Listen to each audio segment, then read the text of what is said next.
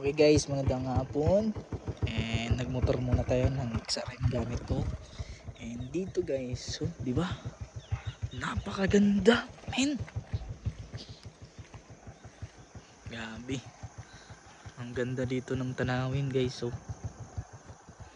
Ang ganda ng tanawin dito sa Bukidnon.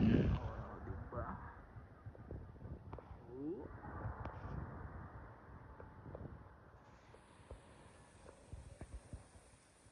Ganda guys, punta kayo dito. Napakaganda dito guys.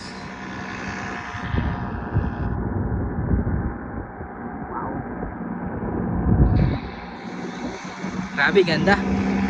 Tapos ang lamig pa dito. Di ba?